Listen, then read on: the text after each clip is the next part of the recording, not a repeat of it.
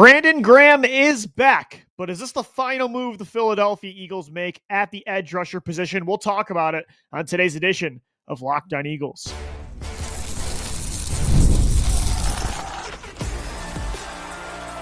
You are Locked On Eagles, your daily Philadelphia Eagles podcast, part of the Locked On Podcast Network, your team every day. Thanks so much for making Locked On Eagles your first listen each and every day. Welcome in, Eagles fans, to this Tuesday edition of the show. I'm your host, Louis DiBiase, and we are brought to you by FanDuel. Right now, new customers, you can bet just $5, and if your bet wins, you're going to get $300 in bonus bets to use across the entire app. BG is back after a 7-game retirement. BG is back for year 16. The Philadelphia Eagles agreed with the longest tenured Eagle in franchise history today to a 1-year deal to add veteran presence, experience, good run defense, a guy that I still think has a good amount left in the tank, to a group of young edge rushers in Nolan Smith when he comes back from IR, Jalen Hunt, Josh Uche. You have Azeez Ojulari right now. Jahad Campbell played some edge against the Minnesota Vikings. I've got a couple different thoughts about Brandon Graham coming back on the field and off the field. Let's start with the positives. I think Brandon Graham coming back to the Eagles defense can only help the football team. In no way is it going to hurt them, because they don't need him to be the number one go-to pass rusher like they have needed him to be in the past. Like, he is going to be the fourth or fifth guy in this rotation. And even if he didn't play all that much this year, like let's say he just, after recovering from that tricep injury and missing 7 games, just doesn't really have it anymore. Even if that's the case, him being in that locker room alone as one of the all-time great leaders, not just in Eagles history, but in the history of this league, that alone is worth bringing him back into the building. But if you even get like what you got last year from Brandon Graham before the tricep injury, that was still a pretty good player that can play in a 4-man rotation as that fourth guy. Really solid still against the run. And the game before his injury against the Los Angeles Rams, that was one of the best games of his career. That was actually the game he did get hurt. So if you get even a little bit lesser version of that BG from 2024, that is still somebody worth bringing back. And he's also one of the greatest trash talkers of all time. Instantly gives you some swagger and attitude on the defense, which I do think is kind of needed right now. So I think it's a plus. And Brandon Graham, like, we all love BG. Having him in Midnight Green, seeing number 55 out there is just nostalgia, and it was sad to see him go. You want him to play forever, of course. Now, at the same time, I hope this does not deter the Philadelphia Eagles from adding another edge rusher if there is a good deal that presents itself. Like, let's say Bradley Chubb in Miami could be had for a pretty low day 3 draft pick, or Jalen Phillips is available. Or my favorite idea right now is Jermaine Johnson from New York. I'm not sure why the Jets would trade one of their better young defensive players at a premier position, but let's say the winless Jets do want to move Jermaine Johnson because they have a guy like Will McDonald and they feel comfortable getting a pick for Johnson. I hope bringing Brandon Graham back does not deter them from making that kind of move. And I don't think it would, because the Eagles like to be 4 to 5 deep at this position. And I do think this move was more about BG wanting to come back than Howie Roseman like begging for him to return. I'm sure with the current state of the edge rusher position, how thin they are, and with Zadarius Smith retiring, Nolan Smith on IR, Azeez Ojulari just got hurt with a hamstring injury, I'm sure the Eagles were a lot more interested than they have been over the last, first 7 games of the NFL season.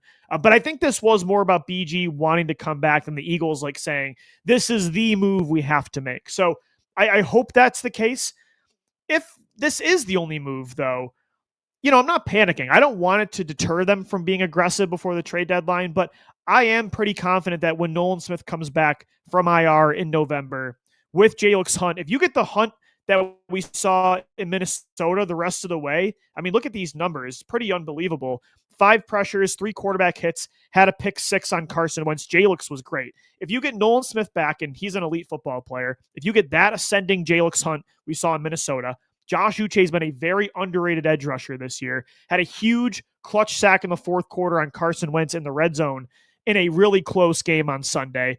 Uche, Brandon Graham is your number 4. Like, I would like to add another player. I hope this isn't the move. But if that is your four-man rotation with Azeez Ojulari as well as your five, and even Jahad Campbell still playing in some packages out there on the edge, I'm not concerned. Like, I'm not panicking. I do think they will be okay. So those are my takes on Brandon Graham returning. I do think he is such a huge addition in this locker room as a leader. I do still think he has plenty left in the tank to be a fourth or fifth guy in a rotation. He's good against the run. I think he's that 4-3 more traditional defensive end that I wanted in this group of, I would say, undersized, more stand-up edge rushers, like Nolan Smith, undersized stand-up guy. Same with Jalix Hunt, same with Josh Uche. It was why I really liked the Zadarius Smith signing. And he retired, so bringing BG in, I think, kind of does replace that role. So I do like it, but I don't want this to stop them from making another move if there is one available. Regardless, I do think they'll be okay on the edge. That Minnesota Vikings game really did make me feel a whole lot better. And when you look at their interior pass rush too, Jalen Carter looked like his elite usual self against Minnesota. Moro Ojoma had another clutch sack in the fourth quarter of a close game. He leads the Eagles in sacks this year with 3. Jordan Davis, I thought, consistently as well got to Carson Wentz in that matchup. So when you combine that with the BG addition, Jalix Hunt ascending, Nolan Smith coming back, I think they could be okay. But I don't want them to have the door completely closed now if there is a move that maybe we're not even thinking of a certain kind of player and you're like, whoa, I didn't know he would be available and we can get him. Like, Brandon Graham coming back should not stop you, because even if he barely plays, just having him on the sidelines again in the locker room is impactful enough to not stop him from coming back. I will say, though, a part of me just loved that storybook ending for BG. Year 15, makes it back just in time from that tricep injury to play in the Super Bowl. That's his final game. He's a part of both championship winning seasons. He gets 2 rings. That just in that emotional speech he had at the end announcing his retirement, the speech he had on the Rocky steps during the Super Bowl parade, it did feel perfect. So it kind of does feel anticlimactic that he's coming back. But for BG, I don't think that's what I want his ending to be. But he's the author of his own story, and it doesn't sound like, I think that's what Howie Roseman wanted for him too, but it doesn't sound like he ever wanted to retire. And he even said that on a podcast, I think a couple of weeks ago, or it was on New Heights actually with Jason Kelsey, I believe, where he said, I never even really wanted to retire, but it was kind of a combination of the circumstances feeling like too perfect. Like this, there's never going to be a better time than now to hang him up. And I think Howie Roseman did kind of persuade him or push him towards that decision too, because Howie wanted to play Jalix Hunt more and Nolan Smith. And I think he wanted to add younger players to that rotation. So I think it's understandable that he wants to come back when he's got plenty left in the tank. Some guys just love ball, and he loves the locker room, and he wants to compete for more championships. And I can understand that. I just, the journalism major in me, the story writer that I am, just felt like that's a perfect bow to an all-time career, an all-time legacy in Philadelphia Eagles history. But for the Eagles in 2025, adding BG can only help you, not hurt you. Let me know what you think of the move. Hit us up on X at LockedOnBirds, at DiBiase LOE. Guys, you can always interact with the show as well on our YouTube community page as well. So make sure you subscribe to our YouTube channel. Coming up next, Jalen Hurts and Kevin Patullo unlocked the deep passing game in Minnesota, but there's another part of the passing game they need to unlock to continue to have success moving forward this season. I'll tell you what that is coming up right here on the Locked On Eagles podcast.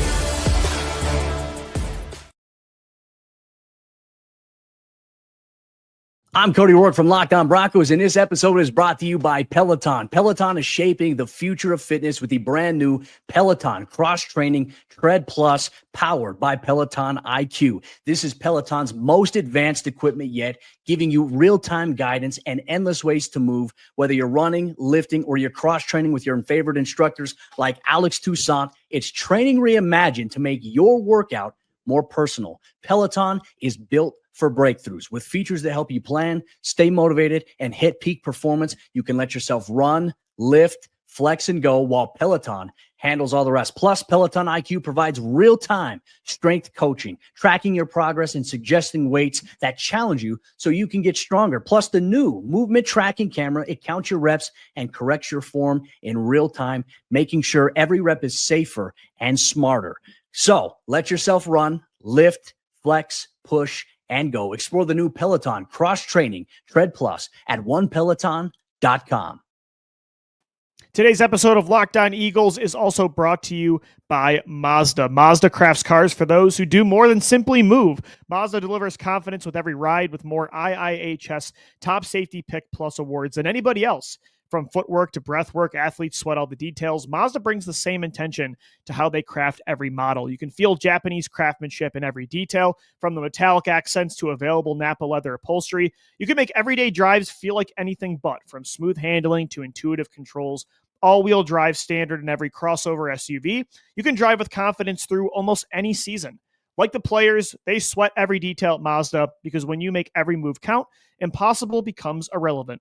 Mazda, move and be moved. Thanks so much for making Locked On Eagles your first listen each and every day. It's a Tuesday edition of the show, and Jalen Hurts, Kevin Patullo, they really did unlock the deep passing game and revived it against the Minnesota Vikings. I mean, I will give Patullo props. There were some brutal decisions still, though, from Patullo. I mean, the 3rd and 5 running back draw in shotgun in a big moment in the second half when your passing game is cooking drove me nuts. His first and second down play calling is still definitely a problem, but I'll give him credit. I mean, using 6 offensive linemen, using that under center play action rollout that we've been begging him to use more really did help revive the Eagles' second superpower of this offense, which is the deep ball. Jalen Hurts was 4 for 4 for 121 yards and a touchdown on under center play action passes. I'm so glad they finally listened. It's annoying it took this long in the season to try this because it worked last year when Kellen Moore used it in the middle of the season to get the passing game going, to spark something in this offense. But better late than never. It really did reignite a huge part of this Eagles offense that's been kind of missing this year is the vertical game. Like, they need to have success throwing deep. I think, especially with the run game being so inconsistent, if they want to win football games this year. And Jalen was absolutely on the money with 10-plus yard throws against Minnesota. I mean, listen to some of these stats. 9 of 12, 284 passing yards and 3 touchdowns and 5 big-time throws when throwing for at least 10 yards or more. Only Baker Mayfield this year has thrown more deep touchdowns than Hurts, who already has 4. He completed all 5 deep passes this game for a career-high 215 yards and 3 touchdowns. And he did it against a Brian Flores defense that was number 2 in passing this year. And they had only allowed 3 deep completions all year before that. So a lot of this was Jalen Hurts just being a top 3 deep ball passer in the NFL, just being so accurate. It was a matter of time before he got back on track. Seeing him miss with A.J. Brown against Denver down the field to Devontae against New York, that was very uncharacteristic of Jalen. What you saw against Minnesota, yeah, like some of the other parts of his passing game, that's inconsistent, highs and lows, but the deep ball has always been his superpower, and it was huge to get him back into the positives in that category against the Vikings, against a really good defense, a really good deep ball pass defense. So they needed that back on track. A lot of that was Jalen, but I do want to give Patullo and Nick Sirianni credit for adjusting, playing more under center, play action passes. Those always seem to work in the NFL, even when your run game isn't on its A game. So that was awesome. But I will say, I rewatched that game, and so much of that was Jalen Hurts. I mean, that was a career game, one of the best games of his career, the best game he's ever had in a regular season. The plays he made outside of structure. If you still believe this quarterback can't carry a football team, you're never going to believe he can. I mean, again, that was the number 2 passing defense in football heading into that game, and Jalen just picked them apart. I couldn't believe the clutch throws I saw in the fourth quarter. I mean, just think of all these different plays he made in a close game. A 3rd and long after Minnesota made it a 1-score game in the fourth quarter. He evades pressure, rolls to his left, finds Devontae Smith for the first down, throwing across his body, a play that he normally in his career isn't really great at making. Like, throwing across his body on the run, has been something Jalen's gotten better and better at over time. And that was such a money throw. And then a little later on in the game, and a gotta have it moment, 3rd and 13, Jalen evades pressure again, finds A.J. Brown for the first down along the sidelines, throws a perfect pass on the run. He was just unconscious. The deep touchdown to Devontae, that was 54 yards in the air. The anticipation of the game-winning A.J. Brown touchdown. I mean, even the bomb to A.J. on the final drive to ice it. That was one of the most clutch performances by one of the most clutch players I've ever seen in such a massive moment of the season. I can't say enough of how impressed I was with Jalen Hurts, and we're doing stock up today. Clearly, QB1 stock is up. Patullo gets some credit for the under center play action, but so much of that was Jalen making plays outside of structure. They do need the next thing they need to unlock. They unlock the deep ball against Minnesota, but the next thing Patullo really needs to do is find ways to scheme open easier yards in the passing game, in the intermediate parts of the field, the short areas of the field, especially if the run game is going to be inconsistent while this offensive line deals with injuries and defenses are just honing in on that. You're going to need to find ways to get easier yards to stay ahead of the stick so Jalen doesn't always have to pull a rabbit out of a hat like he did in the second half of that Minnesota game. If you're going to do that without the run game, Patullo's got to be better at scheming open quick throws to A.J. Brown, Devontae Smith, Dallas Goedert, heck, even Saquon Barkley. That's part of the offense they have not been able to unlock. And while it was great to see the deep ball come back, you needed that to be a Super Bowl contender this year. Like, that is one of the things that makes the Eagles such a dangerous football team, is the deep ball, the vertical shots to Brown, Smith, even Goddard and Dotson. But it's not sustainable to think if the run game's not working, we're just going to chuck the ball 40, 50 yards downfield every single play. Like, yeah, that's got to be a part of your game. And I love seeing them go for the kill and play with that vertical game in the second half, when throughout the majority of this season, they've been really conservative at times in close games in the second half. I loved seeing that, but easy yards, you got to find those in the passing game too. And it hasn't been there this year. If you can't rely on the run game to keep you ahead of the sticks, you got to find a way with the RPOs. Maybe you use under center play action to get some moving pockets, and you actually use that to help revive the quick passing game. I don't know what it's going to be. The screen game, some, mesh crossers over the middle of the field, whatever it is, that's the next part of this passing game that needs to be unlocked. Kind of like, you watch that NFC title tape against Washington. That was a great example of how to use this personnel with quick throwing. They're going to need to unlock that, because you can't just rely on the deep ball. And if they can't run the football efficiently, if you don't want to play behind the sticks 3rd and 13, 2nd and 11 all the time like they've been doing this year, you got to find easy yards somehow, some way. Obviously, this was a step in the right direction for Patullo, getting the deep ball going. It was so great to see Jalen get back to what he does best in the clutch, making plays outside of structure, on the run, deep down the field. But that kind of game script is not sustainable throughout the majority of the season, in my opinion. And if hopefully the run game gets going, like, that is the number one focus and priority, I think, for this offense. But I think just in general, the focus overall needs to be, how do we get easier yards? And obviously, when you have this kind of elite personnel, that shouldn't be that difficult. But Kevin Patullo needs to make it easier on these guys. And I still don't think, even in that football game, despite giving him credit for the under center play action, reviving the vertical game, the quick passing, the scheming things open part of play calling still is not there. And that's why I think that's a main part of why the first and second down offense has been struggling, because that's not there, and neither is the run game. So Jalen kind of had to convert these 3rd and longs over and over again. He had to have success throwing deep in order to move the ball and score points in that football game. So I think that's the next focus for this team. And it'll be interesting to see if they can find that in a rematch against the Giants this week. And they're wearing Kelly green, so they normally don't lose in that jersey. I think the vibes are pretty good. And that's why we're going to wrap up the show with stock up coming up next. Who else shined in Eagles Vikings for the Birds? All right, guys, today's episode of the Locked On Eagles podcast is brought to you by FanDuel. The NFL season is here, and FanDuel has an offer that you don't want to miss. Right now, new customers can bet just $5 and get $300 back in bonus bets if you win. That's right. Pick a bet, put down $5, and if it hits, you're going to unlock $300 in bonus bets to use across the entire app. I love how FanDuel gives you so many ways to play, building parlays, trying player props, and even following the live lines during games. It makes watching football even more exciting when you've got a little something riding on the action. Whether you're a casual fan or love diving into the stats, FanDuel makes the game day experience so much better. So what are you waiting for? Visit FanDuel.com to download the FanDuel app today and to get started. All right, wrapping up this Tuesday edition of Locked On Eagles. Thanks so much for making us your first listen each and every day. Guys, make sure your second listen is the Locked On NFL podcast.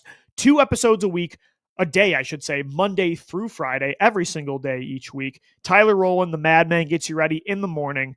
And Tony Wiggins, the barber, he has your afternoon delight.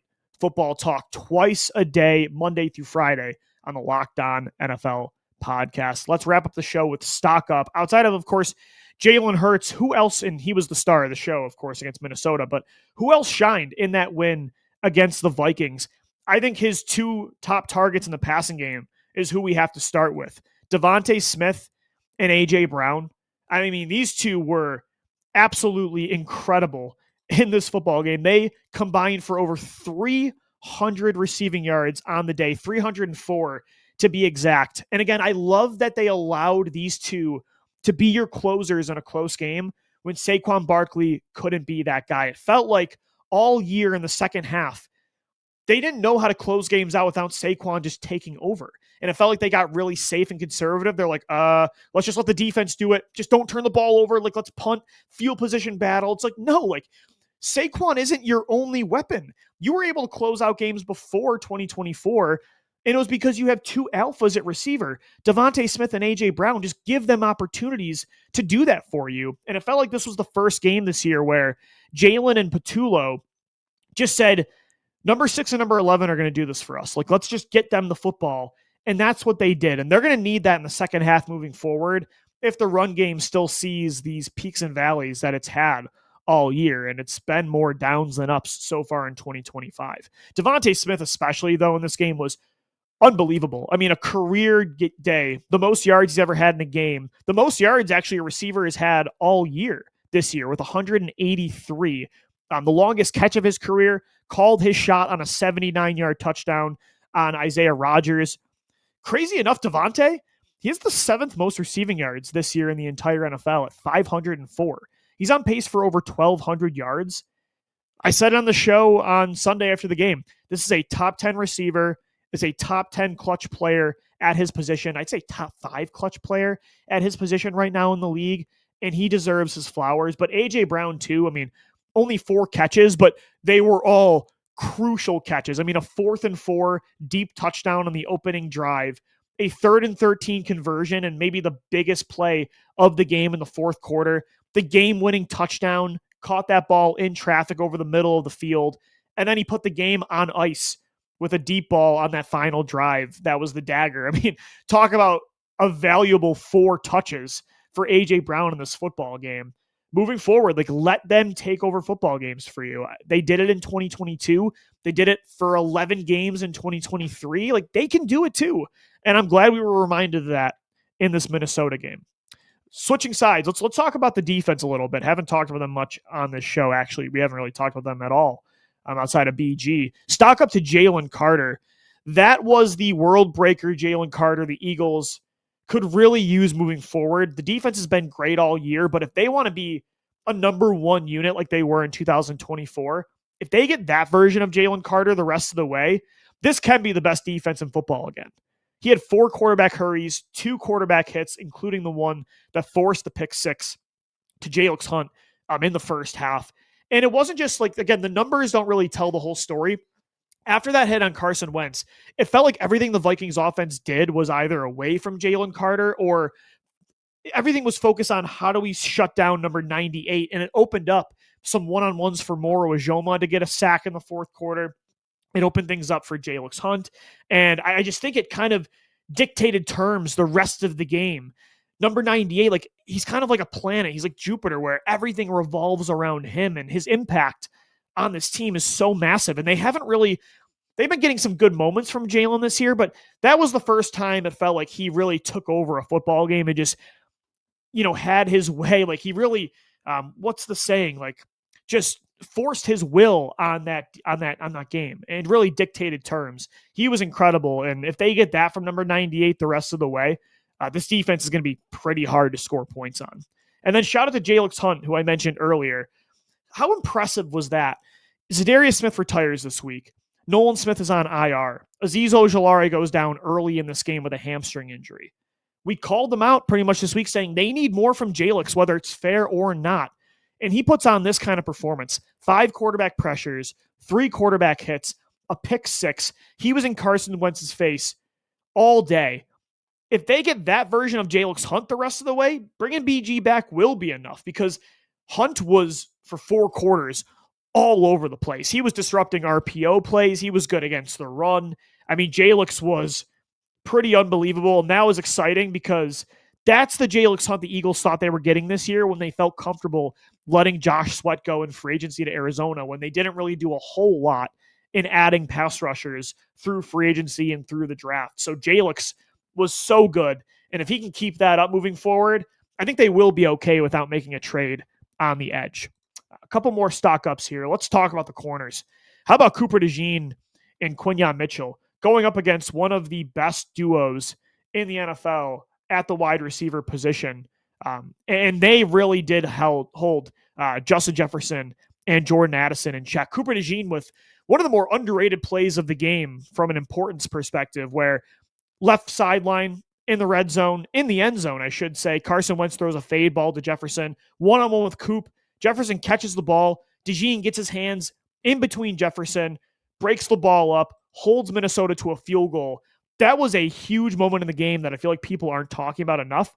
And then Quinyon Mitchell, I mean, his tape I watched this morning against the receiver that the Eagles, it sent them into another era. It sent them into a rebuild. To watch Q just shut down Jefferson was so pleasing to me. I mean, he had 20 coverage reps on Jefferson in that game. 1 catch allowed on just 3 targets for 10 yards. I mean, Quinyon is playing like an all-pro this year. My dream CB1 shutting down the biggest draft miss in Eagles history is, you can't write that any better. A couple more for the defense. Stock up to Nakobe Dean. Nakobe Dean comes back. First game playing on defense since that season-ending injury in the playoffs last year. He was the 5th highest graded player of any Eagle. Instantly upgraded the run defense. I mean, he was so good crashing downhill. This guy's an amazing tackler. And I love the versatility of playing him in the middle, Jihad Campbell on the outside, dropping Campbell back in coverage off the edge, Dean's blitzing through the A or B gap. Like, that was cool. That gives the Eagles more optionality. Vic Fangio can do different things now with those 2 players. I still think Campbell should be your every down starter. If they don't use Campbell as much on the edge, I think Dean should only really be playing in base packages, obvious run situations, or if Campbell is down in the box playing on the edge. But I do like the possibilities of having those 2 out there together and Zach Bond. I thought it was really creative to see what Fangio was doing with those 2. And Nakobe coming back, I was surprised at how impactful he was right away. It looked like he didn't skip a beat from who he was in 2024. And then one final stock up. How about the rookie, Drew Makuba, with the interception on Carson Wentz in the first half? Makuba still has some tackling issues. Like, that miss on Jefferson was pretty brutal, and it led to an explosive play that should have only been like a 3-yard catch. But he really has been the perfect Chauncey Gardner-Johnson replacement. I mean, you're getting exactly what you valued in Makuba as a prospect in the second round. Turnovers and a massive coverage upgrade over Gardner-Johnson. He already has 2 interceptions this year. Makuba allowed just a 2.8 passer rating in coverage when targeted this past Sunday. As much as I loved Gardner-Johnson and I was mad that he got traded, Makuba is a substantial upgrade in coverage. And I thought, again, tackling, a little bit of an issue still for Makuba, although he had a really big hit keeping Minnesota out of the end zone in a red zone rep. I think that was in the first half of the game.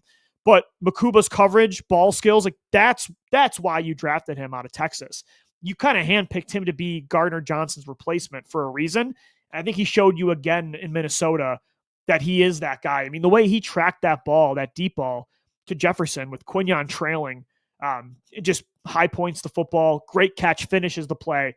I think the Eagles found another stud on day 2. I mean, Howie Roseman's draft record just continues to be incredible. All right, guys, that's going to do it for today's edition of Locked On Eagles. Thanks so much for making us your first listen each and every day. Until tomorrow, thanks as always for downloading, watching, and listening, and let's go Birds. Fly, Eagles, fly.